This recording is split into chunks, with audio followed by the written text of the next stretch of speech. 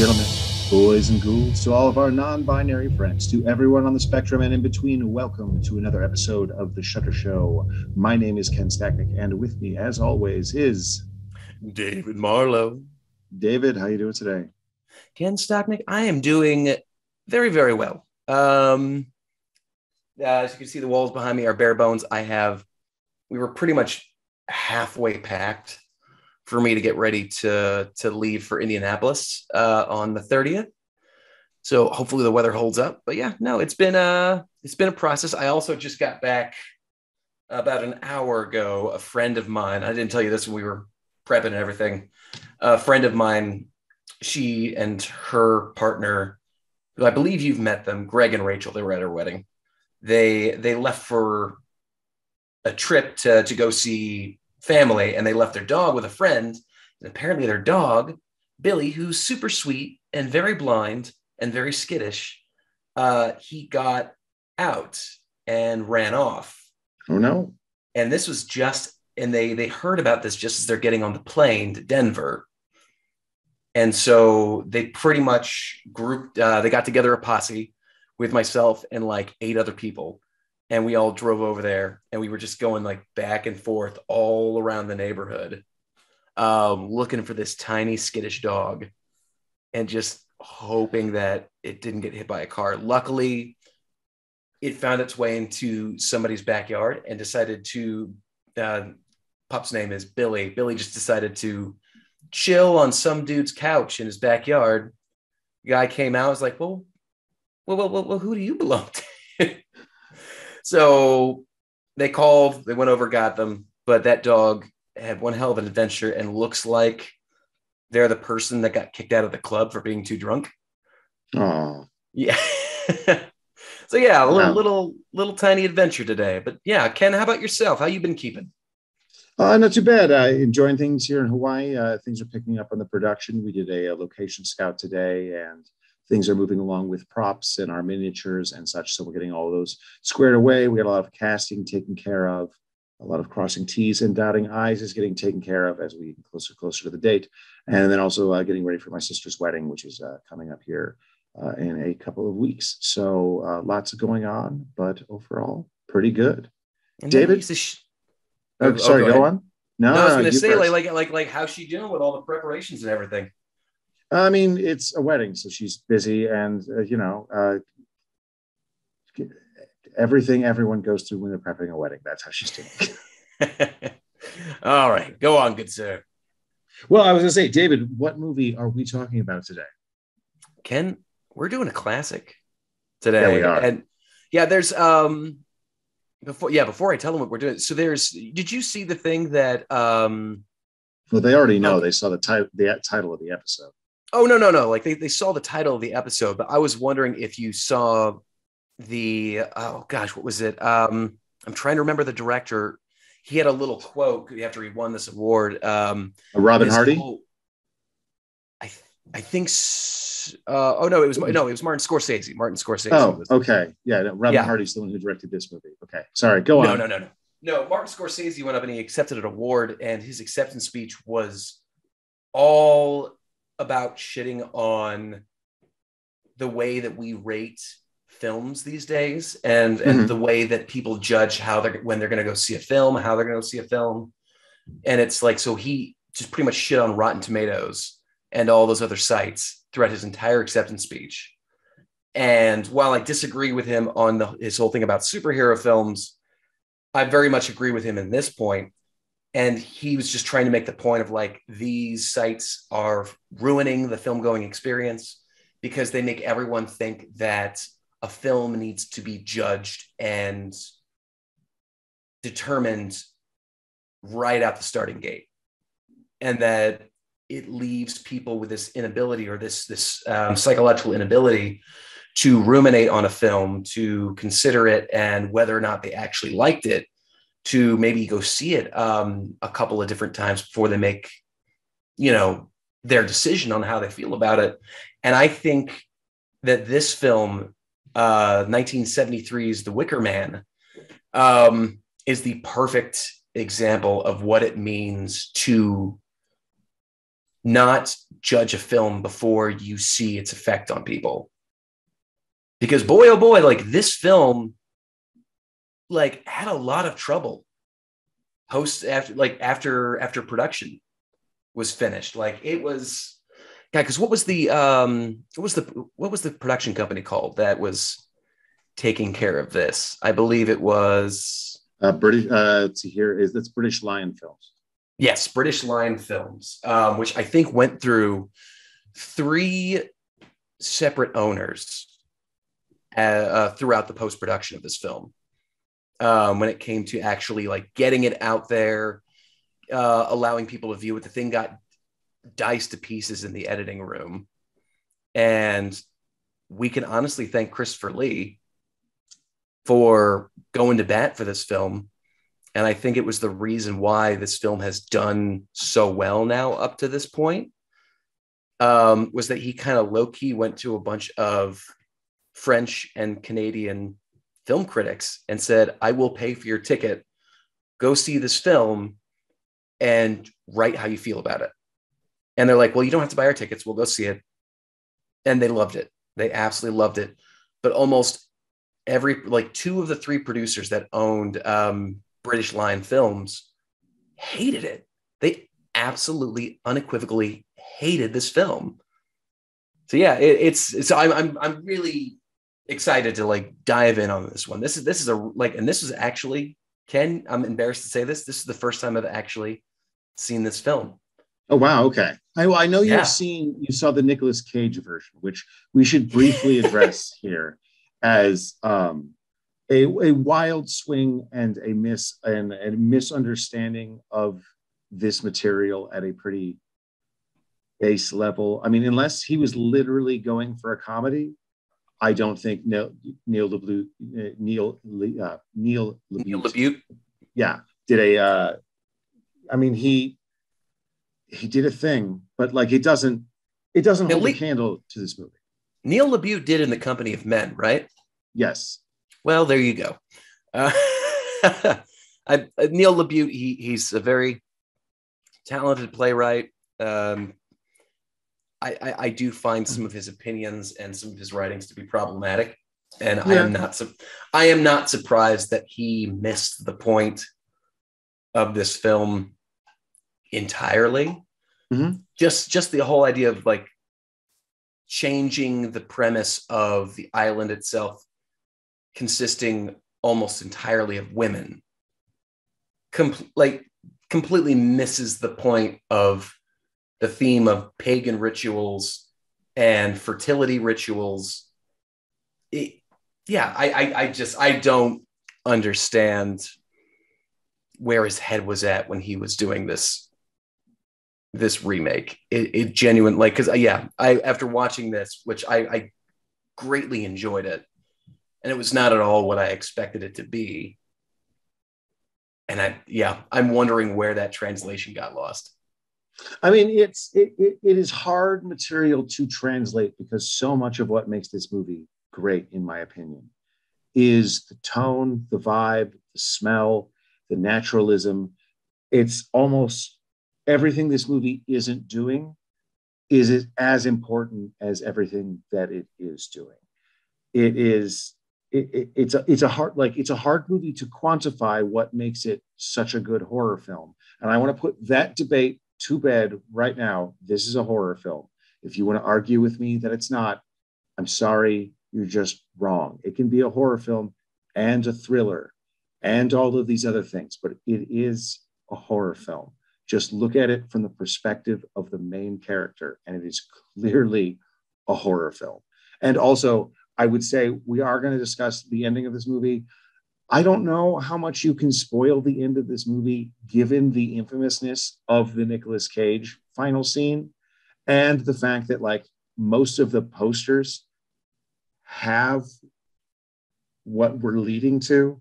It's not it the doesn't spoiler take, is in the spoiler is in the title itself, which yeah, I mean, yeah, there's not, yeah. So like, if you're really bothered by that, just go watch the movie right now. It's great. It's readily available. But if so, yeah, we're going to discuss that. But it's also a movie that, like, one of the movies I was thinking about a lot with this movie was like how much something like The Shining owes to it.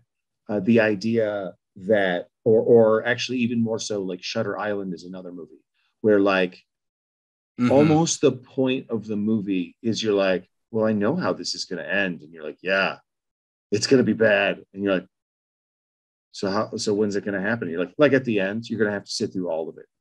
Oh, like it's the difference between just like suspense and scares. And this movie, watched under the correct conditions, this movie super gets underneath your skin. I would argue the best way to watch this movie is go out to the bar, have a couple of beers. Don't get tanked, have a couple of beers. And then come home and at like 1:30 in the morning, a little tired, but still awake, put this movie on, commit to finishing it, and just let its like spooky. Is that how you first watched vibe. this? That is not how I first watched this, but that is how I came home to my roommate, who just like threw it on. Coming home one night, he was in the piles of movies that you should watch, and like the next morning he was like, "Hey man," I was like, "What's up, buddy?" And he's like, "I watched The Wicker Man last night." And I was like, "Yeah, see, that's how you do it." Like, which is also interesting because like this movie goes down in the books with something like Texas Chainsaw Massacre, with The Birds, with Rosemary's Baby, as movies that make the daytime scary by showing you everything, and it somehow makes it worse. And like that's not something like something like Texas Chainsaw Massacre also owes a lot to this movie, intentionally or not, is like its use of naturalism. There's so much in this movie that's thrown away. There's almost like a documentary style with the camera. It's not like completely handheld and crazy shaky, but like it's just none of the scenes look lit. Like everything and just feels like it's there. Most of the film itself takes place in daytime. Yeah, there's like one night sequence where he goes on the walk and finds all the people in the park, and then Britt Ekland does her dance. Yep. Which there are some fascinating stories about that too.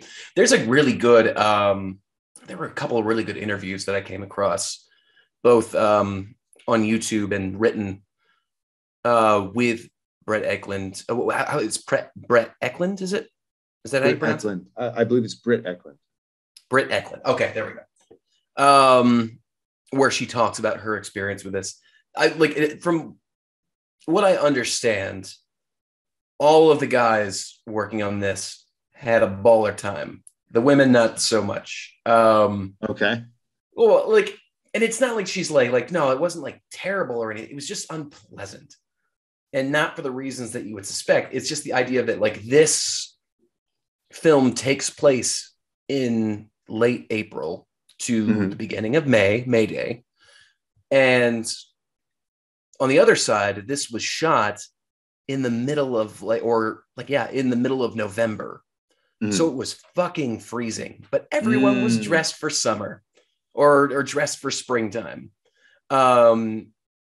Like she talks about, for example, like during the end scene with the Wicker Man, how the lead actor kind of had it the worst in the sense of just his costume, because, he was dressed to be burned at the stake. And it was the beginning of a very, very frigid fall day. And so after they would call cut, she says that he would run right over to her and like stick his cold feet like up her skirt for warmth. And she's like, I don't know why he chose me every time, but it was awful. It was terrible. I can tell you why he chose Britt Ekland every time. Like that's not. Oh yeah. That's not hard to figure out. Like she was a Bond girl. He did that. Well, and Britt Ekland also like, and she was also married to Sean Connery for a period of time. Oh, I didn't know that. Neat. Yeah, at least as far that's what I got from the interview that she was talking about. Like she had originally made it as a model instead of an actor, but the director was really satisfied with her performance as the landlord's daughter, and the dance scenes required her, as for folks who've already seen this, I'm sure they know, to bear everything, especially like her behind. And she describes like, but I've got an ass like a ski slope, she said, and like I couldn't see that was the case, but like they had to do something. So they provided her with a bottom double, and they kind of kept it on the hush hush. And the director sent notes to everybody saying, please don't tell her. We don't want this to become a thing. Like she finished her shoot for the day. I think it was like a 13-hour day. And they put her in a limo. And as soon as she left, they brought in the body double and they filmed it. But the notes that he had sent out to people telling them not to tell her had also been sent to her hotel room. Oh, man. Okay. Wow. So that had created a little bit of drama. A little bit of oopsie daisy there. Yeah. Yeah. I don't know. But it's fascinating though. Like just and like the cold weather also made it complicated. Like it was shot in like 25 different locations. And they had to glue leaves and blossoms to the trees wherever they went, which was very time consuming and oftentimes complicated to shoot quite a bit. God, what was it? I even think like the aerial shots of the plane arriving, I think it was like South Africa. Oh, okay. Yeah, because they didn't have a budget to glue blossoms to that many trees. So you know, it is really fascinating. I think they ended up shooting in like 25 different locations.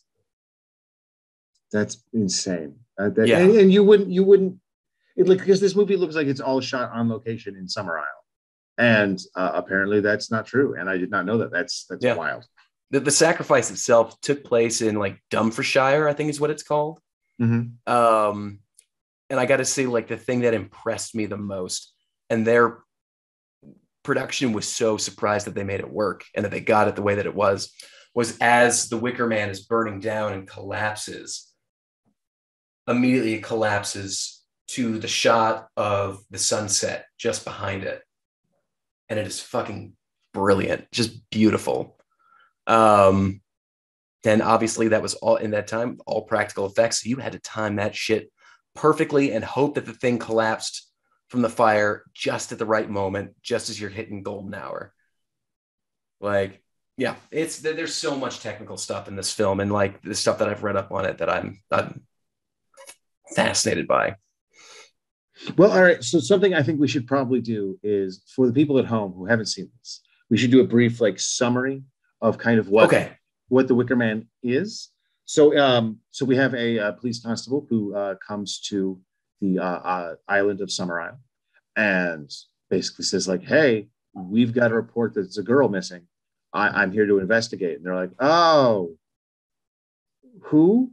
He's like, oh, this girl, she's missing. Oh, we don't know who that is. Well, I'm a policeman. You're going to have to let me in. They're like, oh, wait, I think who you're talking about. You need to go over and talk to these people. Let them in. And then it becomes this policeman on this island going from person to person, basically being like, where is this girl? And he keeps getting the runaround. He keeps like, they keep kind of gaslighting him or making jokes and pretending like this is no big deal, despite the fact that there's a missing child here.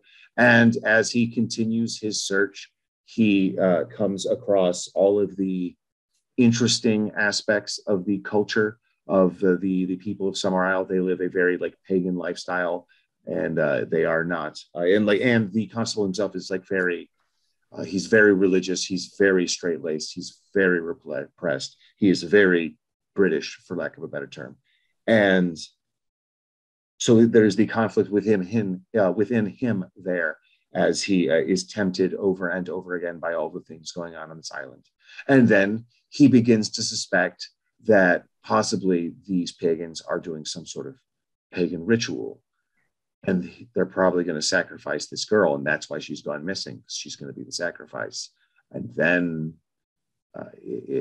Well, then he goes and investigates that, and it turns out one way. And yeah, that is essentially the Wicker Man. It's not a movie where a whole lot goes on. It's mostly a character being very frustrated with how everyone's treating him.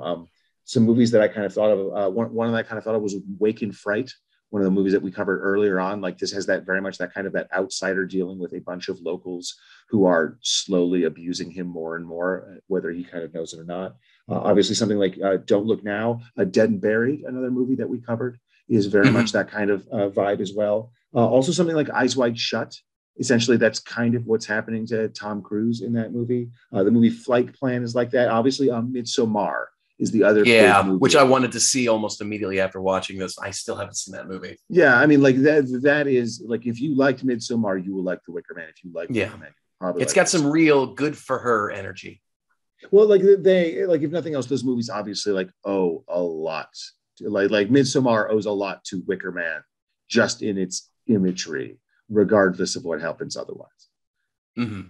No, it is, and it's kind of like what we were talking about with how it's difficult to spoil this because the film spoils itself in both the title and the poster and everything. It's one of those. It's not about the destination; it's about the journey. Yeah, it's a real Planet of the Apes situation where, like, you know what happens at the end of Planet of the Apes. It still makes Planet of the Apes is still good though. Yeah, like even though it's spoiled on the poster.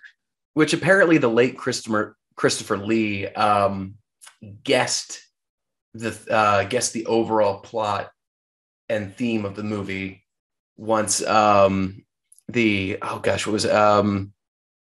was it, Anthony Shaffer, I think it was, that told him. No, it was Robin Hardy. Robin Hardy talked to him about it. He told him the title is The Wicker Man, and he's like, does that have anything to do with pagan sacrifice? Because Christopher Lee is crazy, or was crazy smart. Mm-hmm. And Robin Hardy's only reply to that was, I hate you.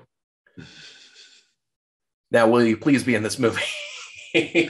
Well, I mean, it's Christopher Lee, who just given the movies that he was in, and you're asking him to be in a movie, he's like, let me guess. It's going to be one of these. It doesn't sound like a Dracula. That doesn't sound like a mad scientist or a Gothic movie. I mean, actually, speaking of Gothic movies, like, that's actually one thing that this movie is very much part of, and like does incredibly differently. And part of the reason I think this movie was not handled, like, it was not appreciated as much when it first came out, because up until this point, like, horror movies happened in castles, and they had ghosts and Draculas and Frankensteins, and like, yes, we're in the beginning of the 70s now, but we are not into like the horror new wave. Like, yes, Hitchcock has happened, but even something like Psycho takes place like in a spooky, motel off somewhere. Like, this is just kind of on an island. And also almost all those movies are like at night.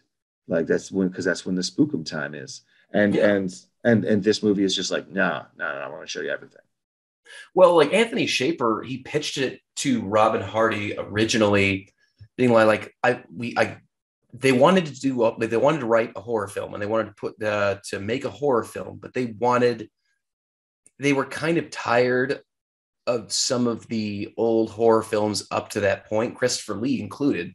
And I think this, out of the 300 films that he has done, this remains Christopher Lee's favorite film in his repertoire of works, which is very impressive to say, given the man's done 300 films. Also, he never got paid. He did it for free. And he has said it multiple times. He's like, it is my favorite film that I never got paid for. That is funny. And so, but I remember, like, Anthony Shaffer like pitched it to Robin Hardy. I think because Robin Hardy was just doing commercials at the time, and he was living in Manhattan. And so Anthony Shaffer visited him in Manhattan to coax him back to the UK. And he knocks on his door and says, like, I'm with the FBI. We are investigating you to see if you have communist sympathies. Could you please come with me, sir? And so that alone, like, they had a very, like, they got on very well together. And they both wanted to make almost like an artistic horror film. Like they didn't want to do your run of the mill spooks waiting around the corner kind of thing. They wanted everything to be hinted at. They didn't want it to be your typical horror film at the time. And well, it like, yeah, and it completely shows. Well, I think a big part of it is like, this is clearly a movie they're making for adults. Like, I know, like William Castle, famous for like The Tingler and doing stuff like having a skeleton on a wire that comes zipping out across the theater at some point, or having nurses at the front of the theater making you sign a waiver saying that you won't sue the producers if you're scared to death. Like, that's all kid stuff. And that's how they sold those B movies. They were, they sold them at matinees. And this is clearly not that. Like, this is almost a movie specifically designed to make like a cinephile be like, oh, look at this. Like, because a lot of cinephiles tend to turn their nose up at horror. And this can be a movie where they'd be like, well, actually, it's a thriller, not a horror movie. And it's got notes and themes of this and that. And it's just like, no, man, it's also a horror movie. That's totally fine. Like a man is lured into a giant wicker man and burned to death. That is horrific. Like Rosemary's Baby, she is raped by Satan. That is horrific. That is the definition of horror. And I'm so like, it is Schrodinger's burrito. Taco Bell is the most popular Mexican restaurant in the United States. But if you ask a person from Mexico, is Taco Bell Mexican food? The answer is no. But the answer is also clearly yes. So it can be both, guys. Is it authentic Mexican food? No. Is it Mexican food? Yes. Is it good? That depends on whether you like Taco Bell or not. Is it enjoyable? I know a lot of people say yes. It is, and this is, and this is a movie that is a horror movie, but a certain kind of person can apologize for. Also, it's got themes going on. It's got interesting performances. It's doing weird stuff. It's got all the things that will wind somebody up. And I completely understand why Christopher Lee took the approach of like, let's go get some critics because this is going to be their jam, as opposed to like, finding Billy the 9-year-old and be like, go tell all your friends that the Wicker Man is awesome. Like, kids aren't going to sit through this movie. Like, I mean, they might sit through it because it's got a decent amount of nudity in it, but that's not why kids should be watching this movie. Exactly. I would also say like the inspector in this film has sort of an energy of the hoity-toity critics that you're talking about that aren't that they claim that horror isn't artistic. That I'm getting that kind of general energy, sort of the stick up their ass sort of situation. Because I also say like it's a difference between like a film snob and a film enthusiast. Like a great delineator for me for finding out, and like no shade here if you are more of a film snob than a film enthusiast. Like, people like what they like, and that's totally okay. But like Brian De Palma is a great like yardstick for seeing which side you fall on, because let's be clear, Brian De Palma has made some bad movies, but almost every single one of them has so much awesome stuff going on at a filmmaking level that if you can't appreciate Brian De Palma, you're a film snob, because you are looking for everything to be kind of working all the time. You are looking for classics. You don't want to be apologizing for anything. You want the movie to be all masterpiece or not. Where I just think a film enthusiast is somebody who, and something we've talked about before, the idea that like a movie can be a lot like a salad bar, and there's a lot of good stuff in that salad bar, but stay away from the shrimp because that shit's full of iodine. It's going to make your stomach hurt. And this movie, I mean, personally for me, it works all the way. I could totally understand how this wouldn't be some people's movie, but like for me, this movie works for both the snobs and the enthusiasts, because it's just like it just gets under your skin in a way that other movies don't. There's a lot of just like weird looks and asides. The casting of all the villagers is great. There's so much to look for here as a filmmaker for getting tone and the smell. The idea of like keeping your audience and your main character sort of goofy footed and like always on their back heel, never on balance, and just never showing your hand and showing too much, but at the same time escalating the stakes and letting the audience know that like things are getting worse. It's that idea of like slowly turning up the heat, and you boil the frog and the frog doesn't notice because like the heat just slowly gets hotter and hotter and hotter and hotter. And you're not spiking it sometimes with a big jump scare. You're just slowly letting that pressure build up until you're like, oh man, this is not good. Oh man, where's this guy going? Oh no, poor Edward Woodward. No. I mean, you kind of deserve it, but oh, buddy, that's a bummer. Because yeah, let's be clear. The way he goes out would suck. Like that is not. Oh yeah. You know what I mean? Like a lot of Jason murdering you is like, well, he put a cleaver in my head, and so I'm dead like instantly. That sucks that I'm dead. Yeah. But like death by being burned fast. alive is one of the worst ways to fucking go. Well, and you just hope that you die from like smoke inhalation first before like the flame gets you. Yeah, exactly. Like it's and the heat and just like and the slowly suffocating. Like it's not going to be fun. Like there's a lot better ways to die in a horror movie. Yeah. Which funny story though about the way that he about the Wicker Man scene in general. So like folks who've seen the movie noticed that there were, farm animals in the Wicker Man that they had put in there with him. They had their own little separate cages, their own little wicker cages above.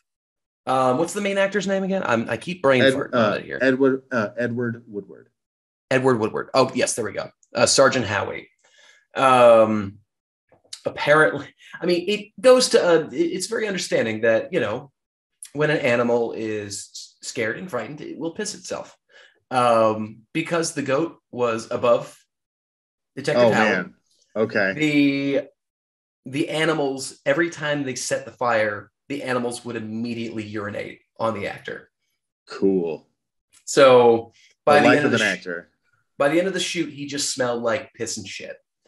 And was just freezing his ass off, ironically. But yeah, it's, and I mean, like, this film had to be set. One of the things that I think the remake suffers from is not being set in Scotland, right? Was the remake set in Scotland? I don't remember. I don't think it was. I will look. Hang on. You keep talking. I will look up this. But like, because it certainly it didn't strike me as, because no one seemed to have any kind of Scottish accent or anything of that nature. But like setting it in Scotland was crucial because in the early 1970s, Christianity was still widely practiced and it had a very Puritan aspect to it.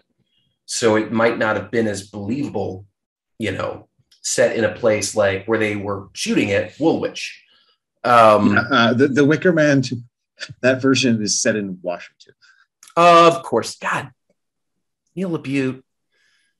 Man, you fucking. I mean, you missed Washington's the point entirely. Well, like Washington is not wrong for like an almost all white, all girl, weird environmental like that. Sure. He's not wrong. It's just wrong for the Wicker Man. I just feel like it. In that remake, there's no way that Nicolas Cage would have gone into a pub and everyone would have sung about how good it is to fuck the innkeeper's daughter. I mean, not with an all-female cast. No. Nope. It misses the mark and the point of everything happening 100%. And I understand now, like, why everyone was so. Obviously, it's a terrible film. It's horribly done, but it is very entertaining in a hilarious way. And I'm just like, I wonder like how different this is from the actual original film. Turns out very, and I understand everyone's anger, and I understand why everyone gets up in arms about this. And apparently there is an actual like sequel to this. Oh God, what was it called? Isn't it called Summer Isle? I think it's called. It's got Wicker in the title. Does it? fuck me, what's it called? It was made in 2011. I'm gonna look at hold on. I'm gonna look at IMDb because yeah, they made, and it's done by the same people, same director at least. Let's see, The Wicker. I think it's The Wicker Witch. Oh, it's The Wicker Tree, made in 2011. Yeah, I didn't know this existed either. But yeah, this is the true, sequel. Charmed by the resonance of Treswick, Scotland, two young missionaries accept the invitation to participate in the local festival, fully unaware of the consequences of their decision. So this was directed by Robin Hardy as well, who also wrote it. God, who was in the cast? I think it was starring Britannia Nicol, Henry Garrett. I don't really recognize any of these names on here, but yeah, there was. Wait, Clive Russell was in this? Oh, okay. Okay. Yeah, I guess there's a. I don't know. I didn't know it existed until I saw that he had done another Wicker movie. Man, the Wicker Tree. Man, yeah. I mean, maybe I just feel like I missed a memo. I feel like I would have heard about this. I knew that there was talk of one for years, but I didn't think they ever made it. Yeah, I think they did it in response to the sequel, or in response to the Wicker Man remake, which I think was 2006. Yeah, I mean, I can see if you're Robin Hardy being like, oh, absolutely not. I am not. No, hold on. Wait a minute. Yeah, excuse me. Fuck you. Yeah, you are sullying my good movie, sir. Oh my God. It's, I don't know. And also I think I find the whole story of what went down after filming to be very fascinating too, because chances are the negative no longer exists of this film. Oh, that's a bummer. Yeah. So so apparently, and they talked about this, I think, in one of the making ofs, Christopher Lee was talking about how because the studio itself had changed hands so many times, who is the name? They dealt with a whole bunch of different shit. They faced demands to change the ending to save Howie from the fire. They even suggested, for example, what if a rainstorm kicks up? And they're just no. Someone at the studio even suggested torrential rain. There was a power struggle going on at British Lions. That would literally ruin the point of this movie, because the whole point of this movie is these two groups of people who have absolute devotion to a god who they both don't who they're both terrified of, but don't 100% get the rules. This island of people is sacrificing people, hopefully, so that next year's harvest of fruit in Scotland will come through, but it doesn't always work. And Woodward is, the constable is putting all of his faith in the Christian big G God, and hoping that it will protect him. And so the idea that then the torrential rain would come in would just be oh, so God was displeased and he decided to end. But what does that mean? And that's also and there's some producers who seem to be really scared to not have a happy ending, to not have things resolved. Yeah. And I don't understand why that's still a thing today, because there's so many movies that disprove that particular point. Yeah. And that thing we don't want to upset the audience. We're no, it's a horror movie. It's a horror movie. Hey, yeah, correct. But also a proper filmmaker understands that pleasing the audience isn't your only objective. You want the audience to feel something, even if that feeling is unfortunate. Henry, Portrait of a Serial Killer is the perfect proof of that. It's the idea of no, this should make you uncomfortable. That is the whole point of this. And so, but it also is very apparent. And then I'm getting into sort of this is part of the negative disappearing story. It's very apparent that there were executives that were trying to destabilize Peter Snell, who was the managing director and the producer of The Wicker Man. So these producers said the film was rubbish, undistributable, eventually sending it out as a supporting feature to a film called Don't Look Now. Good movie, good double bill. Yeah, yeah, right. But Christopher Lee was fucking furious. And he even talks about how he went up to go say thank you to one of the producers for assisting him in making this film. And he makes a comment how like he went up there with his wife, and when they came into the room, he didn't stand when his wife came in. And he's like, and he didn't stand when my wife walked in the room. And that kind of tells you, you know, the character of the kind of man that I was talking to. He was not a fan of him. And like in front of his wife told him that the film was rubbish. Christopher Lee said back, it's the best film he's ever done.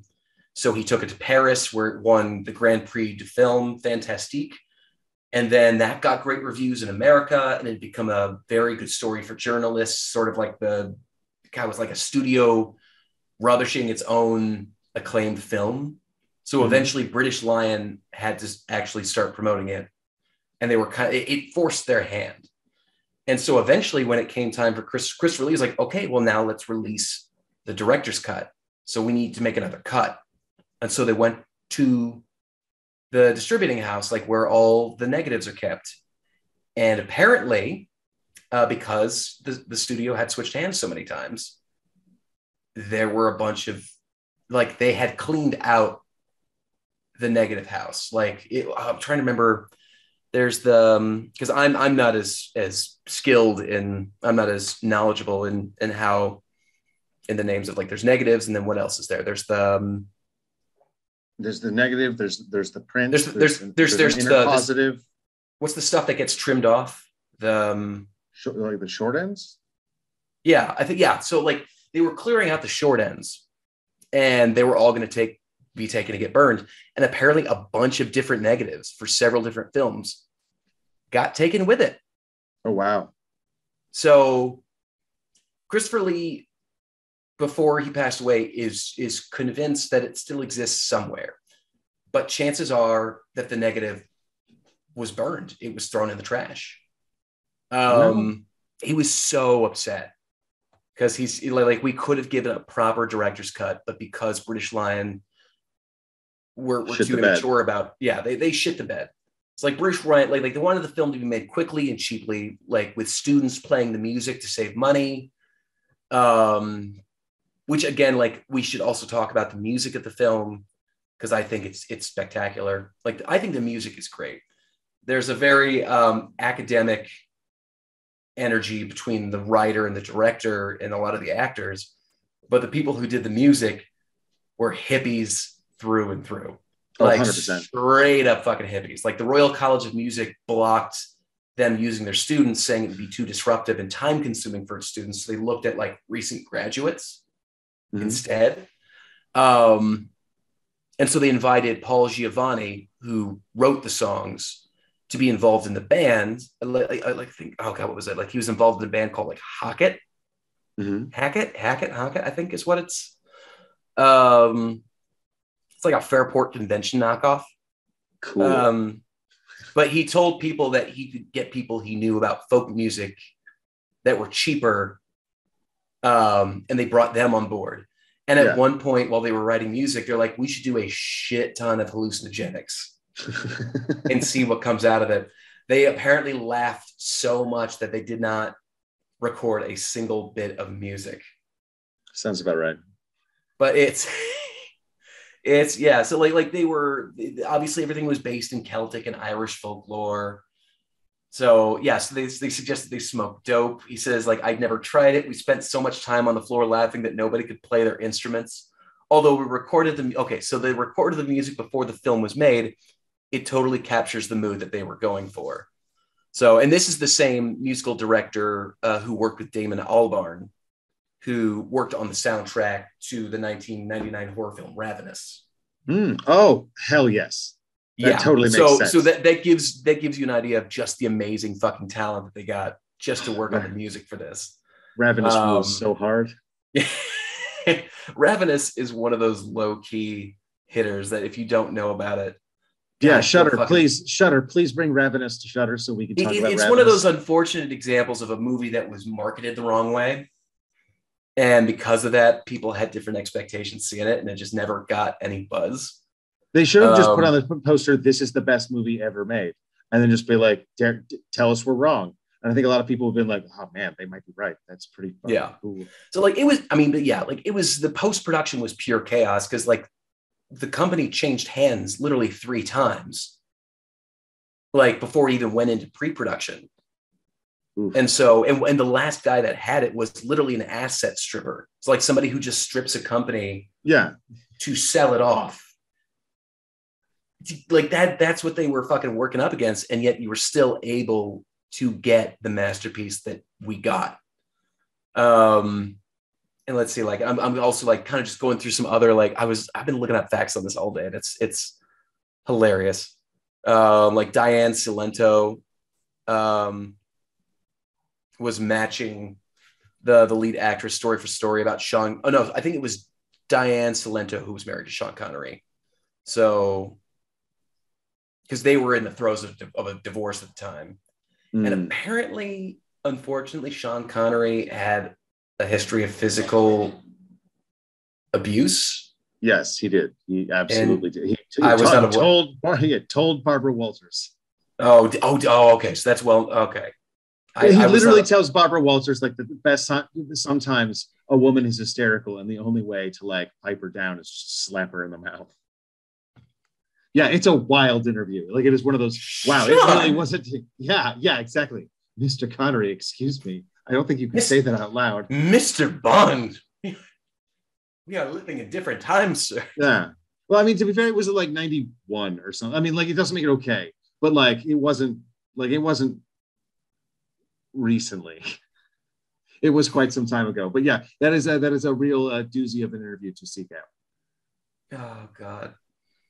There was apparently, sort of going back to what I was saying about like the farm animals and the Wicker Man. Apparently there was also, it had gotten around that was happening, and all of the sort of people like the PETA and animal rights people like started posting flyers about it, and we're getting very outraged. And one of the lead writers and producers had put a thing out in a news segment saying, "Don't worry, we're only burning the fluffy, cute animals. Like, get over yourselves. The animals are going to be fine." Mm-hmm. And it was just, wouldn't be able to do that today. Nope. No, you would not. No. And notice that the acting guild, nobody's out there being like, "Hey, could you stop having these animals pee on Edward Woodward? Like, he's not happy about it." And everyone's like, "Yeah, no. We're mostly just worried about the animals." Yeah. So, but yeah, I love this being my first time seeing this.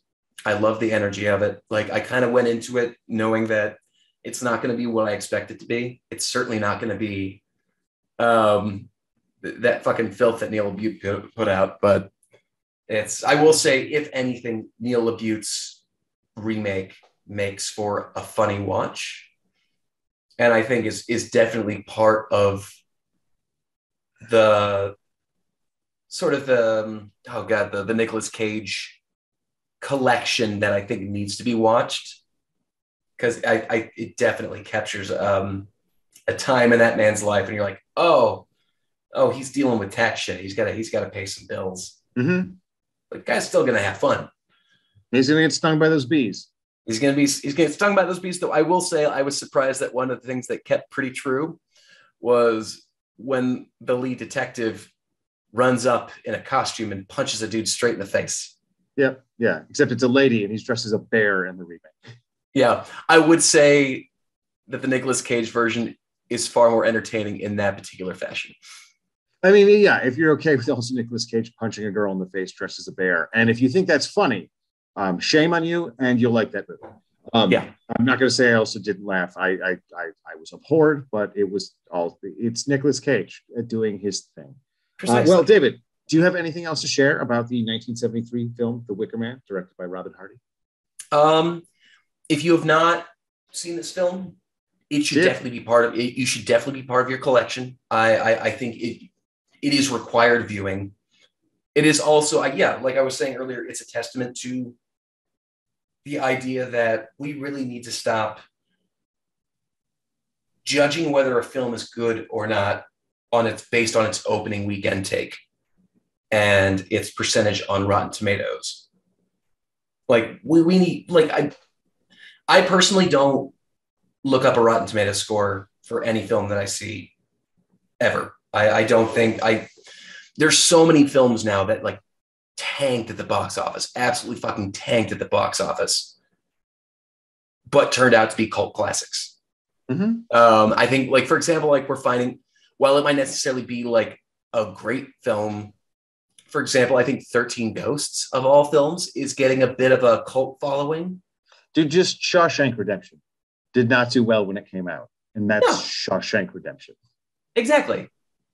There's so many films that we've talked about on this podcast that were canned on arrival, absolutely canned on arrival, and took, I don't know, I think also if you were to take it into another medium, like into the art world, most painters, for example, didn't become famous until they died. Yeah. Tammy and the T-Rex took like 30 years. Yeah, precisely. Yeah. It's so yeah. I would never judge a film's quality based on just the reviews that you see opening weekend, and this film is testament of that. I think it's a perfect example where it's required viewing. Highly recommended to folks. Ken, what about yourself? Right. Anything else to say on this film? No, I'd say that just about wraps it up for episode 49 here, which means we are going into episode 50 next. And for episode 50, we decided that we were going to put 2 absolute classics into the Instagram Death Dome and make them fight, make you guys vote and fight out whether we are going to cover Clive Barker's Hellraiser or George Romero's Day of the Dead. So so you're going to have to go. Yeah. So if you want to vote on which one of these movies that we're going to cover next week, go to our Instagram, which is at what was our Instagram, David? Our Instagram is at _show. You can also find us on Twitter, which is the page that you manage, Ken. Where can they find you there? That's just at Shutter Show. Very easy to find. Also, I would say, since it is our 50th episode, if you have any messages, well wishes, notes, things that you want to see us do, movies you want us to cover, hit David up on our Instagram. Just send him a message or leave a comment. Just reach out and communicate. And I don't know if you've got some interesting questions. Maybe we'll answer some of those. I don't know. We've never done this before, so we're gonna see what happens. We'll see who responds, who doesn't, and we will play it by ear. Yeah. But yes, Hellraiser or Day of the Dead. David, where can the people find you yourself on the Instagrams and the Twitters? Well, you folks can find me on Instagram at _DW Marlowe, where I get up to my regular musings, and you can see what I kind of do in my everyday life. Occasional wood projects and just see sort of what I get up to. But yeah, Ken, they can find you on Twitter as well, can't they? They can find me on Twitter and Instagram at Ken Stachnik, STACHNIK. And that takes us to the very end of the episode. So, David, I think it's important for us to say to everyone at home, good night, good luck, and most importantly, go fuck yourselves. Good night, everyone. Get vaccinated, get boosted, take care of yourselves. Please, this Omicron's spreading like fucking wildfire.